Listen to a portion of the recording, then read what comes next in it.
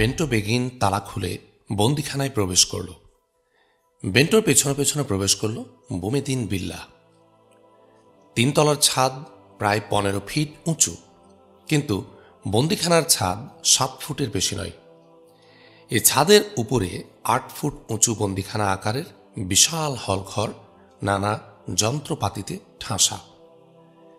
যন্ত্রপাতি অনেকগুলোর সাথেই বন্দিখানার সংযোগ আছে। বন্দিখানার বন্দীদের সেল না বলে ওগুলোকে খাঁচা বলাই ভালো। তবে পাখির খাঁচার মতো নয়।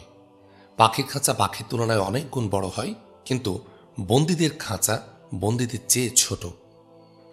বেন্টো বেগিন এগুলো কামাল সুলাইমানের খাঁচার দিকে। কামাল সুলাইমান সহ 7 গোয়েন্দার খাঁচা একই সারিতে পরপর।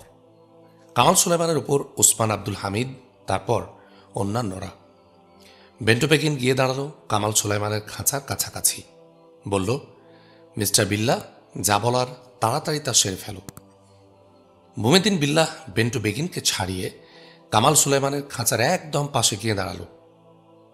মিস্টার বুমেদিন বিল্লাহ, ইতিহাস রচনার কত দূরে গেলেন?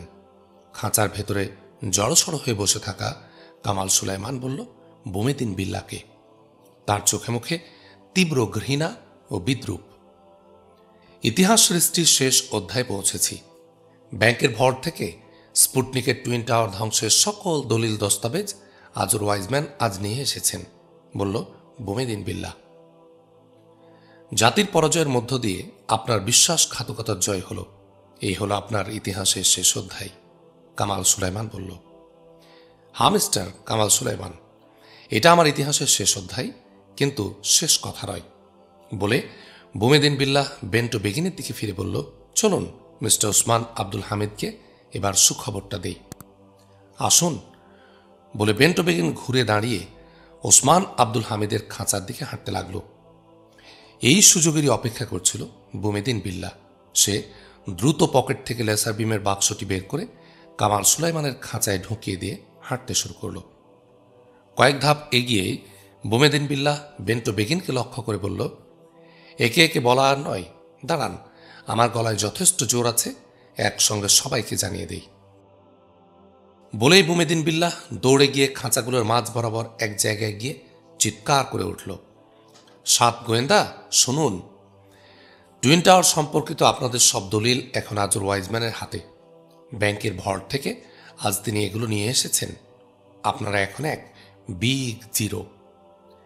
আজ রাতেই এক ইতিহাসের সমাপ্তি ঘটছে। নতুন ইতিহাস পর্যন্ত গুড বাই।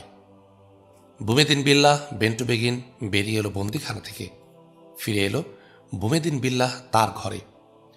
দরজা লাগিয়ে দিয়ে সে আসন্ন পরিস্থিতির জন্য নিজেকে প্রস্তুত করার কাজ শুরু করে দিল।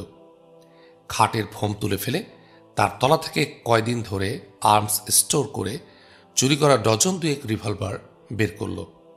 হ্যান্ডব্যাগে পুরল সে রিভলভারগুলো। সব ঠিকঠাক করে বিছানায় বসল সে। হাত ঘড়ির দিকে তাকালো, দেখল রাত 1:45। রাত 1টার দিকে বেরোবে সে। প্রধান কাজ হবে অস্ত্রগুলো কামাল সুলাইমানদের হাতে পৌঁছানো। দেহটা একটু বিছানায় রাখল বুমেদিন বিল্লাহ। তার দরজায় নক হলো এ সময়। বুমেদিন বিল্লাহ তাড়াতাড়ি উঠে হ্যান্ডব্যাগটা আড়ালে সরিয়ে রেখে দরজা খুলে দিল। দরজা খুলতেই দরজার ফাঁকে আটকানো একটা কাগজ নিচে পড়ে গেল, কিন্তু দরজার বাইরে কাউকেও দেখল না।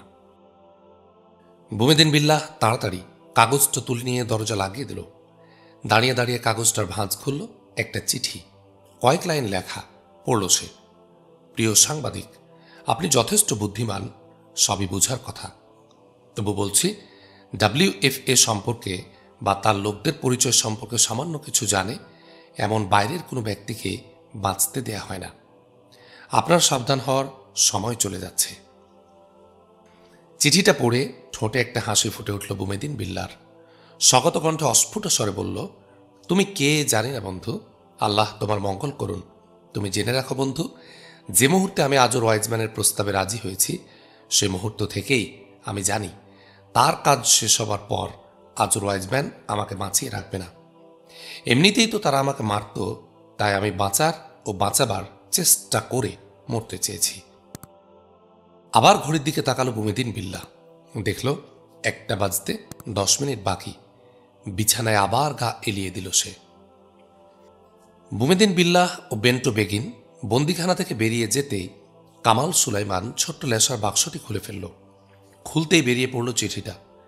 সেই সাথে নজর পড়ল লাইটার সাইজের লেসার কাটারের উপর। দেখেই বুঝতে পারল ওটা লেসার কাটার।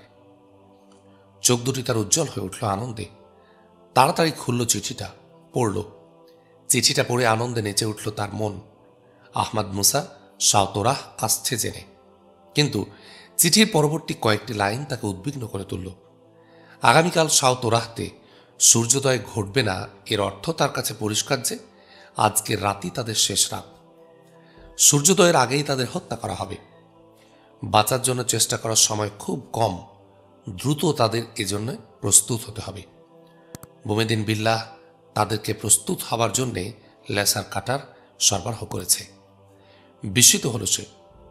টুইন টাওয়ার সংক্রান্ত দলিল আজর ওয়াইজম্যানদের হাতে তুলে দেওয়ার মতো সর্বনাশ করে আবার আমাদের বাঁচাবার চেষ্টা কেন? দলিলগুলো তার কাছে গুরুত্বপূর্ণ নয়। যাক, আল্লাহ যে সুযোগ দিয়েছেন তার সদ্ব্যবহার করা প্রয়োজন। কামাল সুলাইমান তাকালো ওসমান আব্দুল হামিদের দিকে। ওসমান আব্দুল হামিদ কৌতূহলী চোখে তাকিয়েছিল কামাল সুলাইমানের দিকে। বুমেদিন বিল্লার বাক্সটি কামাল সুলাইমানের খাঁচায় দেওয়ার সময় সে দেখছিল কামাল সুলাইমান চিঠিটা ও লেসার কাটার ওসমান আব্দুল হামিদ সহ সবাইকে দেখে ইঙ্গিতে বলল অবিলম্বে তাদের মুক্ত হতে হবে। কামাল সুলাইমান কাজে লেগে গেল। হাত ও পায়ের চেন ও বেড়ি কাটা কয়েক সেকেন্ডে হয়ে গেল। তারপর খাঁচার লক কেটে মুহূর্তে খাঁচা থেকে বেরিয়ে এলো। খাঁচা থেকে বেরিয়ে কামাল সুলাইমান লেসার কাটার ওসমান আব্দুল হামিদকে দিয়ে এলো।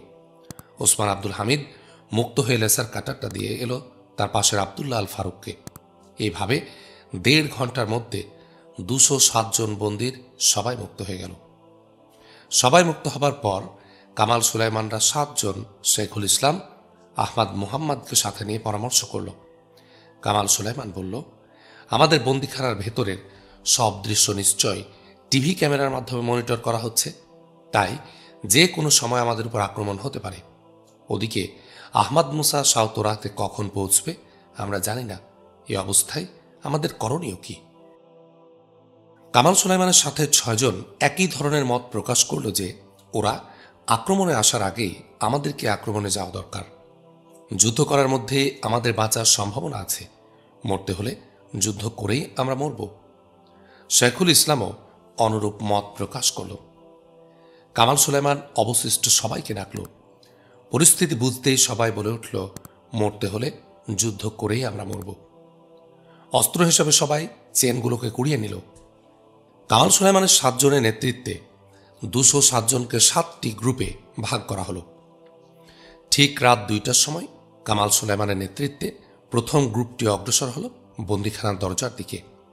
তাদের পেছনে অন্য গ্রুপগুলো সারিবদ্ধভাবে অগ্রসর হল দরজার দিকে। কামাল সুলাইমান লেসার বিম দিয়ে দরজার লক কেটে ফেলল। কাটা শেষ। ঠিক এই সময় দরজায় নক হলো। পরপর 3 বার নক করার শব্দ অন্যরাও শুনতে পেয়েছে। কামাল সুলাইমানের 6 বন্ধু এগিয়ে এলো তার কাছে। ওসমান আব্দুল হামিদ বলল ফিসফিসে কণ্ঠে, আমার মনে হয় আজর ওয়াইজম্যানের লোকজন দরজায় নক না করে দরজা খুলে ফেলত, কারণ তাদের কাছে চাবি আছে। আমাদের কোনো মিত্র বা বুমেদিন বিল্লাহ নক করতে পারে। লেসার কাটার ব্যবহার করে আমরা মুক্ত হব এবং আমরা দরজা খুলতে পারব, এটা শুধু সেই জানে। আর দেখো, ঠিক সময়ে সে নক করেছে। ওসমান আব্দুল হামিদের যুক্তি সবাই সমর্থন করল। ঠিক এই সময় আবার সে একই নিয়মে নক হলো দরজায়, পরপর 3 বার। এবার কামাল সুলাইমানও সে একই নিয়মে নক করল দরজায়। সঙ্গে সঙ্গে বাইরে থেকেও সে নিয়মে নক হলো। কামাল সুলাইমান দরজা খুলে ফেলল। দরজার বাইরে একটা ব্যাগ হাতে দাঁড়িয়ে বুমেদিন বিল্লাহ। দরজা খুলে যেতে সালাম দিল বুমেদিন বিল্লাহ কামাল সুলাইমানদের লক্ষ্য করে। সালাম দিয়ে উত্তরের অপেক্ষা না করে কামাল সুলাইমানদের দিকে 2 ধাপ এগিয়ে ব্যাগটা তার দিকে তুলে ধরে বলল, এতে 24টি রিভলভার আছে। কামাল সুলাইমান ব্যাগটি নিয়ে তাড়াতাড়ি ভেতরে ঢুকে গেল। তাড়াতাড়ি রিভলভারগুলো বন্টন করে ফেলল। তারপর দরজার বাইরে এসে বলল, মিস্টার বিল্লাহ, আমরা প্রস্তুত। এ সময় প্রচণ্ড গুলির শব্দ ভেসে এলো। উৎকর্ণ হল বুমেদিন বিল্লাহ। বলল, এই শব্দ নিচতলা থেকে আসছে। কি ব্যাপার আমি একটু শুনে আসি। আপনারা এখানেই দাঁড়ান। উদ্বিগ্ন কণ্ঠ বুমেদিন বিল্লার। বুমেদিন বিল্লাহ বেরিয়ে গেল ঘর থেকে। ছুটল সে দোতলার দিকে। দোতলার শ্রেণীর গোড়ায় এসে দেখতে পেল বেন্টো বেগিনদের। বেগিনকে দেখেই বুমেদিন বিল্লাহ বলে উঠল, কি ঘটেছে নিচতলায়? গোলাগুলি কেন? বুমেদিন বিল্লার প্রশ্নের উত্তর না দিয়ে বেগিন বলে উঠল, আমি তোমাকে খুঁজছি, চলো, এক্সেলেন্সি তোমাকে ডেকেছেন। কোথায় তিনি? বলল বুমেদিন বিল্লাহ। 3 তলার ছাদে, হেলিকপ্টারে। তুমি তাড়াতাড়ি ফিরতে চাচ্ছ, তাই তোমাকে নিয়ে যাবেন তিনি। বলেই সে তার পেছনে দাঁড়ানো হাইম হার্জেলকে বলল, তুমি বুমেদিন বিল্লাহকে এক্সেলেন্সির কাছে নিয়ে যাও, আমি আসছি। আপনি কোথায় যাচ্ছেন? বুমেদিন বিল্লাহ জিজ্ঞাসা করল বেগিনকে। আমি 3 তলা থেকে আসছি, তুমি যাও, বলে সে সিঁড়ি ভেঙে উঠতে লাগলো 3 তলার দিকে। বুমেদিন বিল্লাহ হাইম হার্জেলের পেছন পেছন চলন্ত সিঁড়ির দিকে চলল। সিঁড়ির কাছাকাছি গিয়ে বুমেদিন বিল্লাহ থমকে দাঁড়ালো। বলল হাইম হার্জেলকে লক্ষ্য করে, শুনুন, আমার একটু কাজ আছে, আমি আসছি। বাঘের মতো ঘুরে দাঁড়ালো হাইম হার্জেল, তার হাতে রিভলভার। বলল, মিস্টার বিল্লাহ, পেছন দিকে গেলে 1 পা যদি এগোন, গুলি করব। নষ্ট করার মতো 1 সেকেন্ডও সময় নেই আমাদের কাছে, আসুন। হাইম হার্জেলের এই ব্যবহারে প্রথমে বিস্মিত হলেও বুমেদিন বিল্লাহ শীঘ্রই বুঝল যে সে কার্যত বন্দী এবং তাকে কোথায় নিয়ে যাচ্ছে তাও সে বুঝল। বুমেদিন বিল্লাহ সামনে পা বাড়াল। হাইম হার্জেল ফিরে দাঁড়িয়ে হাঁটতে শুরু করল। শক্ত হয়ে উঠেছে বুমেদিন বিল্লার মুখ। পকেট থেকে রিভলভার বের করে গুলি করল হাইম হার্জেলকে। মনে মনে বলল, 1 তলায় কি ঘটছে তা এরা লুকোচ্ছে। ধরা পড়া থেকে রক্ষার জন্যে নিজেদেরকে নিজেরাই হত্যা করছে কি? বেন্টো বেগিন কেন 3 তলায় গেল তাও সে বুঝেছে। জীবনঘাতী গ্যাস ছেড়ে সে হত্যা করতে গেছে বন্দীদের। অন্যদিকে আজর ওয়াইজম্যান নিশ্চয় পালাচ্ছে। বুমেদিন বিল্লাহকে কেন হেলিকপ্টারে তুলতে চাই তাও তার অজানা নয়। মাথায় গুলি খেয়ে হাইম হার্জেল সিঁড়ির গোড়ায় আছড়ে পড়েছে। বুমেদিন বিল্লাহ ছুটল 3 তলার বন্দিখানা ওঠার সিঁড়ির দিকে। বুমেদিন বিল্লাহ যখন 3 তলায় ওঠার সিঁড়ির কাছাকাছি, তখন সে দেখল বেন্টো বেগিন 3 তলার সিঁড়ি থেকে বেড়ালের মতো নিঃশব্দে নেমে এগোচ্ছে তার আর্মস রূপের দিকে। তার কানে মোবাইল ধরা, কথা বলছে সে। রিভলভারে গিয়ে বুমেদিন বিল্লাহ এগুলো তার পেছনে। শুনতে লাগলো সে বেগিনের কথা। এক্সেলেন্সি, সরি, আমি 3 তলার গ্যাস ট্যাঙ্কারের কাছে যেতে না পেরে যাচ্ছে আর্মস স্টোরে। সেখানেও পটাশিয়াম সায়ানাইড গ্যাসের একটা ট্যাঙ্ক আছে। স্যার, ওটার মুখটা খুলে দিয়েই আমি আসছি। একটু থেমে ওপারের কথা শুনেই বেগিন আবার বলে উঠল, ওরা কিভাবে বন্দিদশা থেকে মুক্ত হলো, কিভাবে বন্দিখানা থেকে বেরিয়ে এলো, কিছুই বুঝে আসছে না এক্সেলেন্সি। আবার নীরবতা। ওপারের কথার উত্তরেই সে আবার বলে উঠল, বুমেদিন বিল্লাহকে হাইম হার্জেলের সাথে আপনার কাছে পাঠিয়েছি, বুঝতে পারছি না কেন এতক্ষণ পৌঁছল না। অবশ্য একটা গুলির আওয়াজ ওদিক থেকে পেয়েছি এক্সেলেন্সি। পুনরায় মুহূর্তের জন্য একটু নীরব হয়ে আবার বলে উঠল, আপনি ভাববেন না সায়ানাইড গ্যাসের প্রসারণ গতিটা প্রথম 2-3 মিনিট কম থাকলেও পরে অত্যন্ত দ্রুত গতিতে ছড়িয়ে পড়ে থাকে। গোটা বিল্ডিং কাভার করতে 1 মিনিটও লাগবে না। এই বিল্ডিংয়ের কোনো মানুষ, কোনো পোকামাকড়ও বাঁচবে না, আপনি নিশ্চিত থাকেন। মোবাইল তার নেমে এলো কান থেকে। মোবাইল পকেটে রেখে আর্মস রূপের দরজার দিকে সে হাত বাড়াল। দরজায় ডিজিটাল লক। লকের ডিজিটাল বোর্ডের অঙ্কগুলোর উপর দ্রুত তার তর্জনীর টোকা পড়তে লাগলো। পরবর্তী মুহূর্তেই তার হাতটা নেমে এলো দরজার হাতলে। লক খুলে দরজা এখন সে খুলছে। আতঙ্কিত কম্পিত বুমেদিন বিল্লাহ আর তাকে সময় দিল না। তার তর্জনী চেপে ধরল রিভলভারের ট্রিগারে। সে একইভাবে মাথায় গুলি খেয়ে বেন্টো বেগিনের মতো দরজার উপরেই পড়ে গেল তার লাশ। পাশেই শ্রেণীতে পায়ের শব্দ শুনে চোখের পলকে রিভলভার ঘুরিয়ে নিল, কিন্তু ট্রিগার টেপার আগেই দেখল কামাল সুলাইমানরা কয়েকজন রিভলভার হাতে নেমে আসছে। বুমেদিন বিল্লাহ কিছু বলার আগেই কামাল সুলাইমান বলে উঠল, ধন্যবাদ মিস্টার বিল্লাহ, এ বেগিন 3 তলায় গিয়েছিল, আমাদের টের পেয়েই ফিরে এসেছে। আমরা ঠিক করলাম সে যখন আমাদের টের পেয়েছে, এখন আর পিছু নেওয়া দরকার। কথাটুকু শেষ করে আবার উত্তেজিত কণ্ঠে বলে উঠল, নিচে কি ঘটেছে কিছু জানতে পারলেন? জানতে এসে প্রায় বন্দী হয়েছিলাম। আমাকে জোর করে একজন নিয়ে যাচ্ছিল 3 তলার ছাদে হেলিকপ্টার তোলার জন্য আজর ওয়াইজম্যানের কাছে। আমি তাকে হত্যা করে এদিকে এসেই দেখতে পেলাম বেন্টো বেগিনকে। সে যাচ্ছিল আর্মস রুমে সায়ানাইড গ্যাসের ট্যাঙ্ক খুলে দিতে এবং বিল্ডিংয়ের সবাইকে সেকেন্ডের মধ্যে মেরে ফেলার জন্য। আল্লাহ রক্ষা করেছেন, বলল বুমেদিন বিল্লাহ। কথা শেষ করে একটা দম নিয়ে আবার বলে উঠল বুমেদিন, আজর ওয়াইজম্যানের কমব্যাট বাহিনীর ব্যারাক নিচতলায়। ওদের সংখ্যা প্রায় 50-এর মতো। আমি বুঝতে পারছি না ওদের কি হলো। ওপরেও কেউ আসছে না। বোঝা যাচ্ছে দুপক্ষের মধ্যে গোলাগুলি হচ্ছে। আহমাদ মুসারা এসে পৌঁছল কিনা?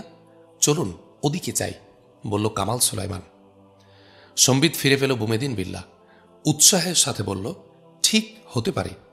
বোধহয় এই কারণে আজর ওয়াইজম্যান পালাচ্ছে আর নিচে কি হচ্ছে ব্যাপারটা চেপে যাচ্ছে। একতলা সিঁড়ির দিকে ছুটতে ছুটতে কথাগুলো বলল বুমেদিন বিল্লাহ। বুমেদিন বিল্লার সাথে ছুটছিল কামাল সুলাইমানরা। সবাই শুয়ে পড়ুন, আজর ওয়াইজম্যানের সৈন্যরা ওরা। সিঁড়ির ল্যান্ডিংয়ের উপর শুয়ে পড়তে পড়তে চিৎকার করে উঠল বুমেদিন বিল্লাহ। কামাল সুলাইমানরাও শুয়ে পড়েছিল ল্যান্ডিংয়ে পেছনের করিডোরে। সিঁড়ি থেকে এক ঝাঁক গুলি এলো উপর দিকে। গুলিগুলো বুমেদিনদের মাথার উপর দিয়ে পেছনের দেয়ালে আঘাত করতে লাগল।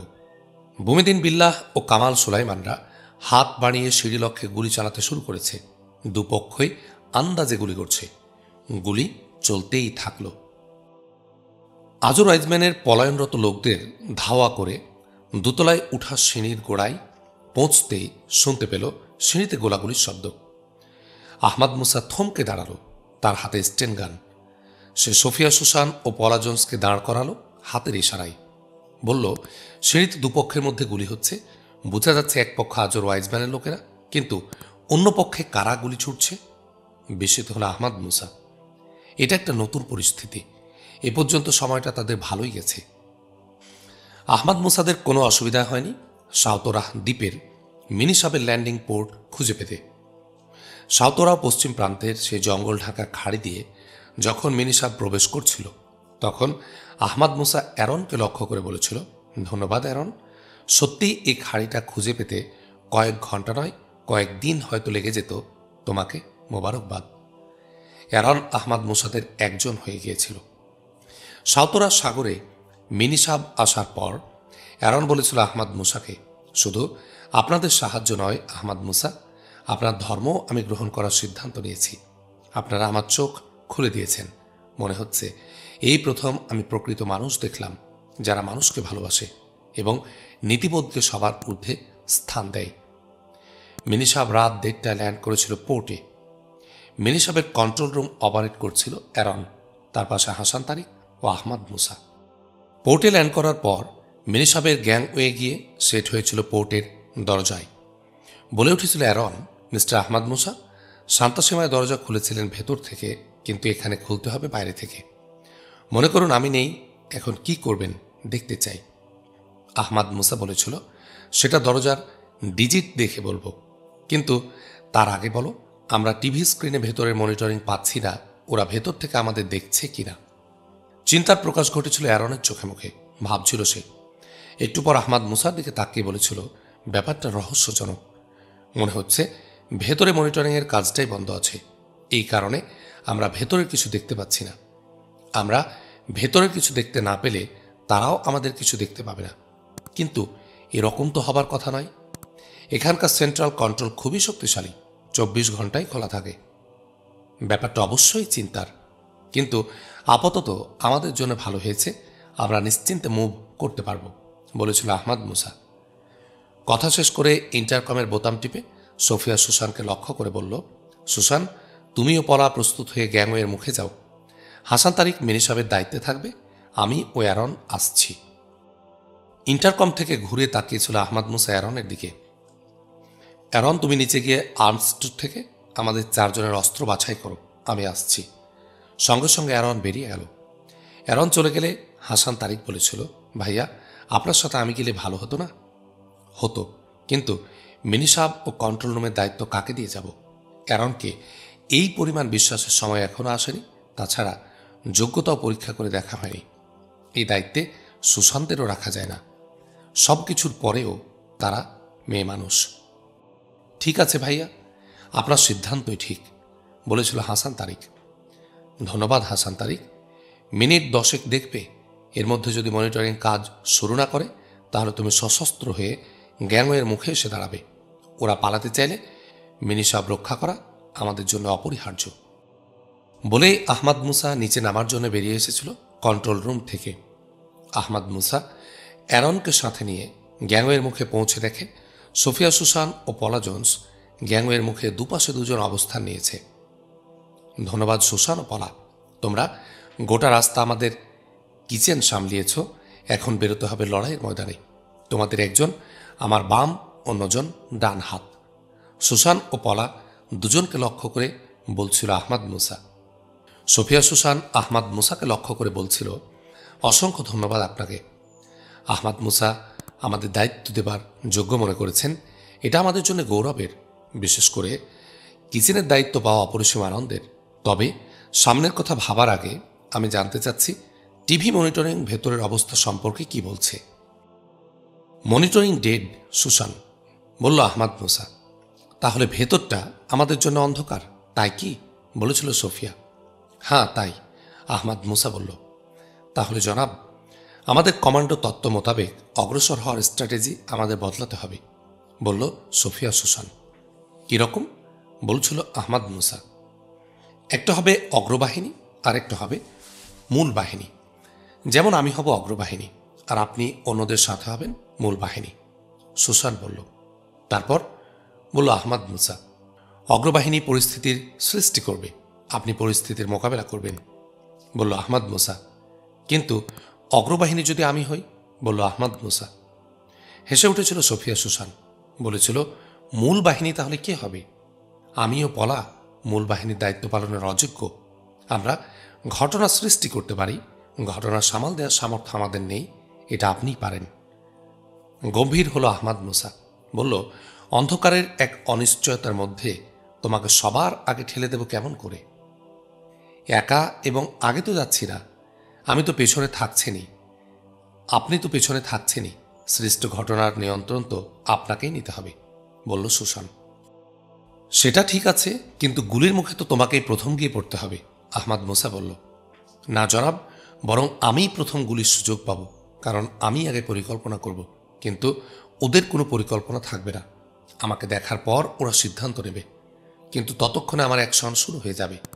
এজন্যেই কমান্ডোরা ঝুঁকি নিলেও তারা সবসময় সুবিধাজনক অবস্থানে থাকে, বলেছিল সোফিয়া সুসান। হাসল আহমদ মুসা, তারপর বলল, তুমি মনে প্রাণে একজন রিয়েল কমান্ডো সুসান। ধন্যবাদ। আহমদ মুসার এই সার্টিফিকেট আমার জীবনের সবচেয়ে গৌরবজনক সঞ্চয়, বলল সুসান। তার চোখ মুখ উজ্জ্বল হচ্ছিল অভাবিত এক আনন্দে। বুঝতে পারছি না, কমান্ডো হিসেবে তুমি শপথ নিয়েছ দেশ রক্ষার জন্যে, কিন্তু এখন তুমি ঝুঁকি নিচ্ছ কোন স্বার্থে? আবেগজড়িত এক মিষ্টি হাসি ফুটে উঠল সুসানের ঠোঁটে। বলল, সত্য ও ন্যায় দেশের চেয়ে বড়, কিন্তু তার চেয়ে বড় জীবন বাজি রাখা সত্য ও ন্যায়ের সংগ্রামীরা। তাদের পাশে থাকার যে গৌরব, তার চেয়ে বড় স্বার্থ আর কি আছে? আবেগে ভারী সুসানের কণ্ঠস্বর। সুসান, আল্লাহ তোমার মঙ্গল করুন, বলে আহমদ মুসা তাকায় অ্যারনের দিকে। বলল, দরজা এবার খুলতে হয় অ্যারন। লকটা ডিজিটাল, আপনি একটু দেখুন জনাব, বলেছিল অ্যারন। একটু হাসল আহমদ মুসা, বলল, বুঝেছি অ্যারন, তুমি আমার টেস্ট নিতে চাও। না জনাব, এটা আমার কৌতূহল, অ্যারন বলল একটু হেসে। আহমদ মুসা দরজার সামনে গিয়ে দাঁড়ালো। দেখল ডিজিটাল লকের প্রথমে 4টি ইংরেজি বর্ণ, তারপর 8টি জিরো অঙ্ক। প্রথম 4টি বর্ণ হল FAST। হাসল আহমদ মুসা। তার মনে পড়ে গেল তার পকেটের দ্বিতীয় কোড স্লিপটার কথা, যা ডেভিড ডেনিমের গলায় পাওয়া খ্রিস্টের মূর্তির মধ্যে থেকে জানা গেছে। সে বুঝল প্রথম কোড স্লিপের মতো প্রথম 4টি বর্ণ FAST, এরপর কোড স্লিপে যে 8টা অঙ্ক বসানো আছে তা দরজার ডিজিটাল জিরো অঙ্কের জায়গাগুলোতে বসালেই দরজাটা খুলে যাবে, যেমন খুলেছিল শান্তাসীমার গ্যাংওয়ে মুখের দরজা। আহমদ মুসা পকেট থেকে কোড স্লিপটি বের করে অ্যারনের হাতে দিয়ে বলল, ডিজিটাল লকের জিরো অঙ্কগুলো স্থানে এই ক্রমিক নাম্বারগুলো বসালে দিলে দরজা খুলে যাবে। অ্যারন কোড স্লিপের উপর একবার নজর বলে ওঠে, ঠিক, কোথায় পেলেন এই কোড নম্বর? কি করে বুঝলেন এই কোড নম্বরটি? এই ডিজিটাল লক। ডিজিটাল অঙ্কগুলোর আগে 4টি ইংরেজি বর্ণ হল FAST, যার অর্থ ফ্রিডম আর্মি সাউতরা। এই অর্থ থেকেই বুঝেছি সাউতরাতে ঢুকবে বা সাউতরার কোথাও এই কোড কাজে লাগবে। অ্যারনের চোখ দুটি আনন্দ উজ্জ্বল হয়ে উঠল। বলল, ধন্যবাদ আপনাকে। আজও ওয়াইজম্যানদের সাথে লড়ার সামর্থ্য আপনাদেরই আছে। বলে এগিয়েছিল সে দরজার দিকে। লকে ডিজিটাল প্যানেলে লক করার আগে ঘুরে দাঁড়াল। আপনারা রেডি তো? দরজা কিন্তু পূর্ব থেকে পশ্চিম দিকে দেয়ালে ঢুকে যাবে। আহমাদ মুসা ও সুসান অ্যারনের দেয়া ঘাটির ড্রয়িংয়ে আরও একবার চোখ বোলাল। তারপর সুসান গিয়ে দরজার পূর্ব পাশে দরজা ঘেঁষে দাঁড়ায় এবং আহমাদ মুসা দাঁড়ায় দরজার পশ্চিম পাশে। আহমাদ মুসার পাশে এসে দাঁড়ায় পলা জোন্স। তাদের সকলের হাতে খাটো ব্যারেলের মিনি স্টেন গান। ডিজিটাল প্যানেলে লক সম্পূর্ণ করেই অ্যারন ছুটে এক পাশে চলে যায়। দরজা পূর্ব দিক থেকে পশ্চিম দিকে সরে যেতে থাকে। দেহটা পার করার মতো দরজায় একটা ফাঁক সৃষ্টি হতেই সুসান মাথাটা পায়ের কাছে মেঝেতে ছুটে দিয়ে দেহটাকে কুণ্ডলি পাকিয়ে নিয়ে ফুটবলের মতো গড়িয়ে ভেতরে ঢুকে পড়ে। দরজা তখন পর্যন্ত অর্ধেক উন্মুক্ত হয়নি। সুসানের দেহের কুণ্ডলি যেখানে গিয়ে খুলে যায় সেখান থেকে গোটা গেট রুম তার নজরে পড়ে। সে দেখতে পায় দরজার পূব পাশে চেয়ারে বসা দুজন প্রহরী খুলতে দেখেই উঠে দাঁড়িয়েছে, কিন্তু তাদের স্টেনগান তখনও কোনো দিকেই লক্ষ্য করে ওঠেনি। সুসান দেহটা সোজা করে গুলি করল প্রহরী দুজনকে লক্ষ্য করে। বৃষ্টির মতো গুলির মুখে পড়ে তাদের দেহ ঝাঁঝরা হয়ে চেয়ারের উপরই থেকে গেল। গুলি করে সুসান গড়িয়ে দ্রুত বিপরীত দিকে দরজায় চলে গেল। দরজার উপরেই ড্রয়িং রুম। ড্রয়িং রুমের ওপাশের দরজা দিয়ে একটা করিডোর দেখা যায়।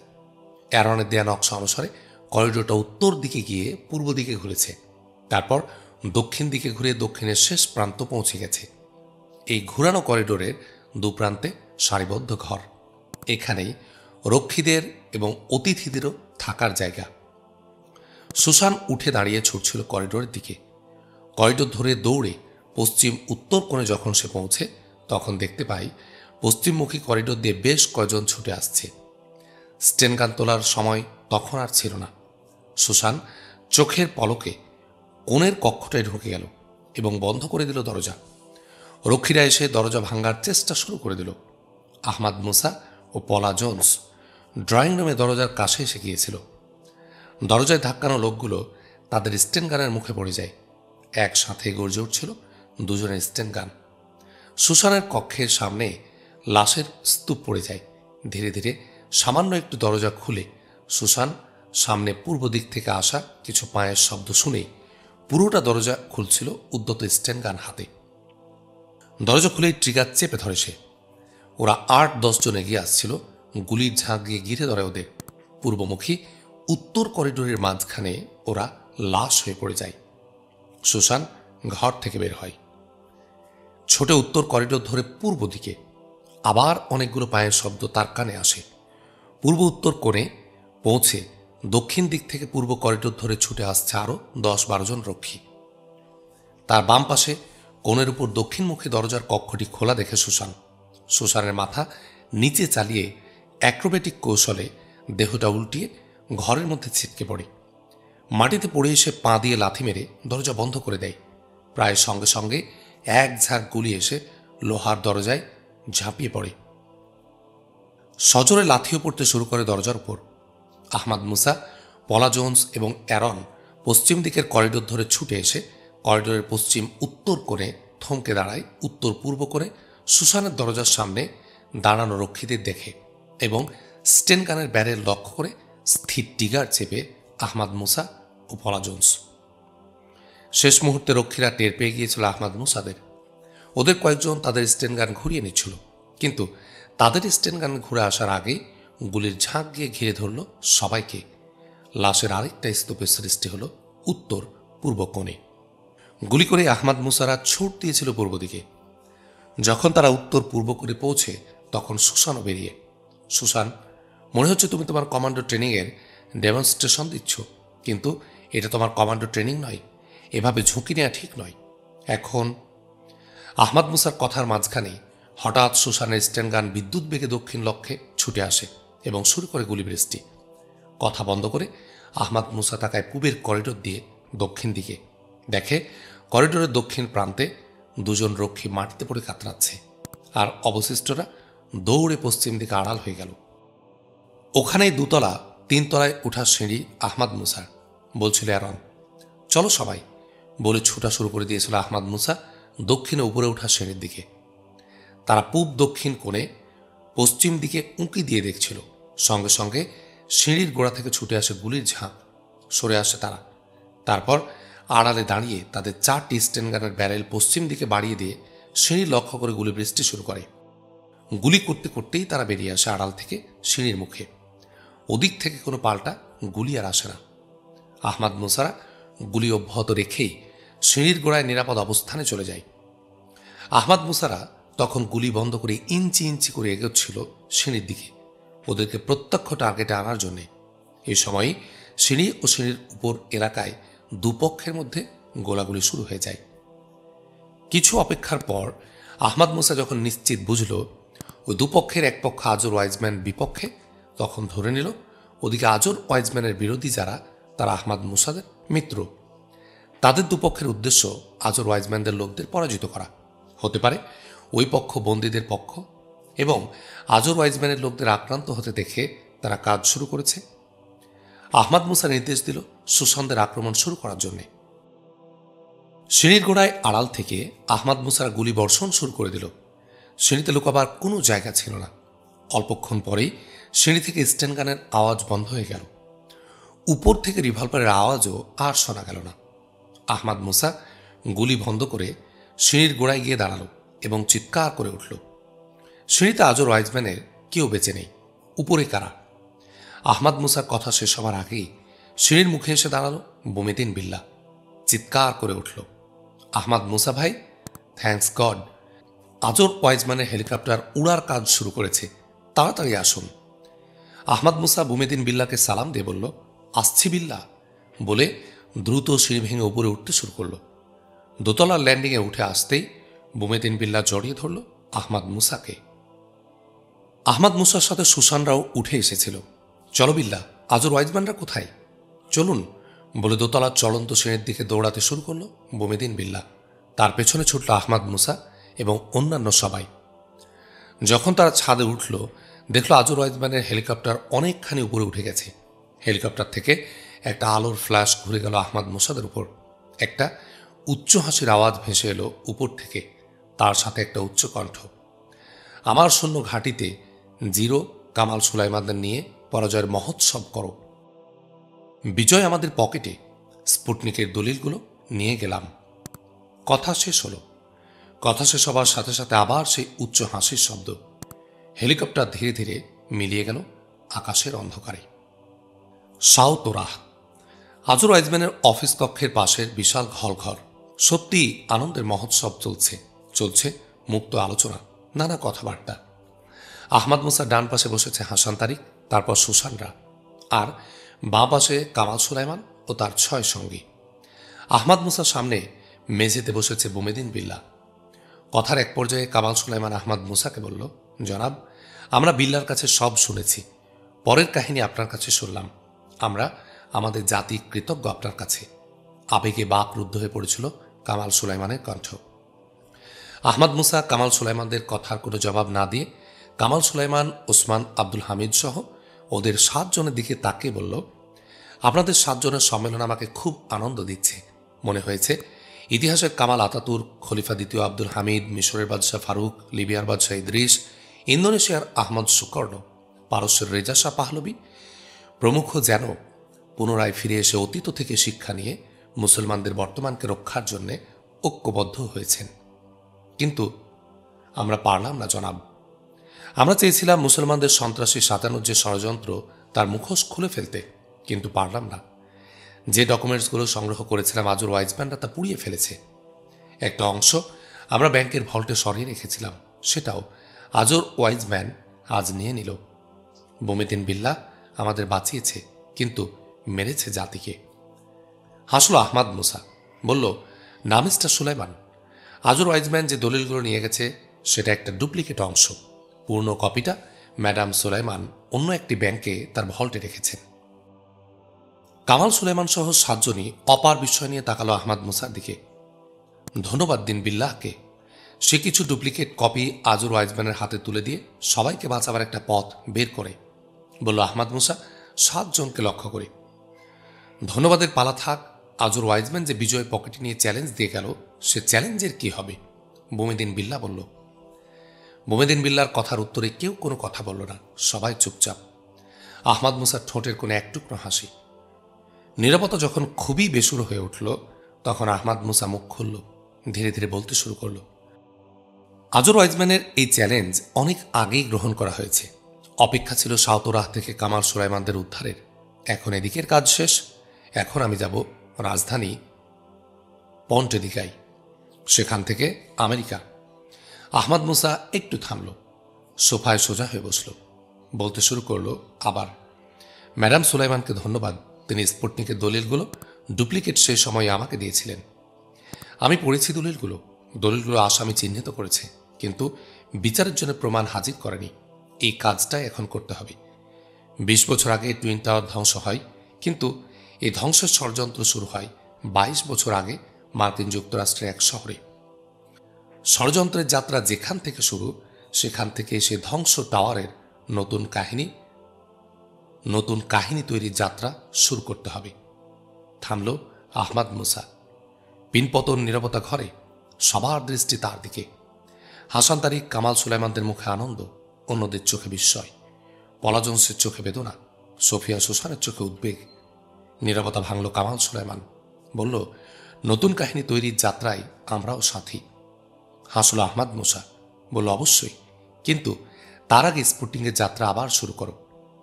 সন্ত্রাস বিরোধী সাংবাদিক হিসাবে আমি সফল, সুতরাং নতুন কোনো অভিযানে আমি আছি।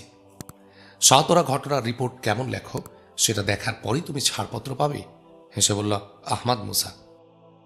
আহমদ মুসার কথা শেষ হতে অ্যারন বলে উঠল, পাশের ঘরে খাবার প্রস্তুত, আপনাদের সকলকে আমন্ত্রণ জানানো হচ্ছে। আহমদ মুসা উঠে দাঁড়ালো, সবাই উঠল। পাশের ঘরের দিকে হাঁটা শুরু করে আহমদ মুসা হাসান তারিককে বলল, গোটা ঘাটির সার্চ ঠিকমতো হয়েছে তো? পুলিশ প্রধানের সাথে আলোচনা করেছি, পুলিশ আসছে। আমাদের সব কাজ তার আগেই শেষ করতে হবে। হ্যাঁ ভাইয়া, কামাল সুলাইমানদের সাথে আমিও সর্বক্ষণ ছিলাম। এখানে পাওয়া তথ্যগুলো নিয়ে খাবার পরেই আলোচনায় বসব, বলল হাসান তারিক। আহমদ মুসা খাবার নিয়ে বসলো এক কোণের এক টেবিলে। সোফিয়া সুসান খাবার নিয়ে এসে আহমদ মুসার সামনে বসল। আহমদ মুসা খাওয়া শুরু করেছে। সোফিয়া সুসান মুখ নিচু করে বসে আছে, তার মুখ ভারী। খাও সুসান, তাগিদ দিল আহমদ মুসা। আমি কমান্ডো ট্রেনিংয়ের ডেমনস্ট্রেশন আর কখনো কোথাও দেব না। আমাকে আপনি সাথে নেবেন। কণ্ঠে তার কান্নার সুর। দু চোখ থেকে তার দুফোঁটা অশ্রু গড়িয়ে পড়ল। পাগল, তোমার চাকরি তো আছে, বলল আহমদ মুসা। মুখে তার এক টুকরো হাসি। আহত হবার পর আমি 6 মাসের ছুটি নিয়েছি। আমি কথা শেষ করতে পারল না আর সুসান। ধীরে ধীরে তাদের টেবিলে এলো শেখুল ইসলাম আহমদ মুহাম্মদ। সে অসুস্থ। শেখুল ইসলামকে স্বাগত জানালো আহমদ মুসা। চোখ মুছল সোফিয়া সুসান। আলহামদুলিল্লাহ, সম্ভবত এবারই খুবই দ্রুততম সময়ে আমরা একটানা একটি বই পরপর 10টি পর্বে শেষ করলাম। আশা করি আপনাদের খুবই ভালো লেগেছে। আমি আমার পক্ষ থেকে সর্বোচ্চ চেষ্টা দিয়ে থাকি আপনাদের নিয়মিত এবং ধারাবাহিকভাবেই ভিডিও আপলোড করার জন্য। সময় সংকীর্ণ হওয়ার কারণে সবসময় সেটা সম্ভব হয়ে ওঠে না, তবে আশা করছি এখন থেকে আমি আরও বেশি চেষ্টা করব এভাবে ধারাবাহিকভাবে দেওয়ার জন্য। সাইমুম সিরিজের পরবর্তী 38 নম্বর বই ধ্বংস টাওয়ার শোনার আহ্বান জানিয়ে আজকে এখানেই শেষ করছি। আসসালামু আলাইকুম রহমতুল্লাহ।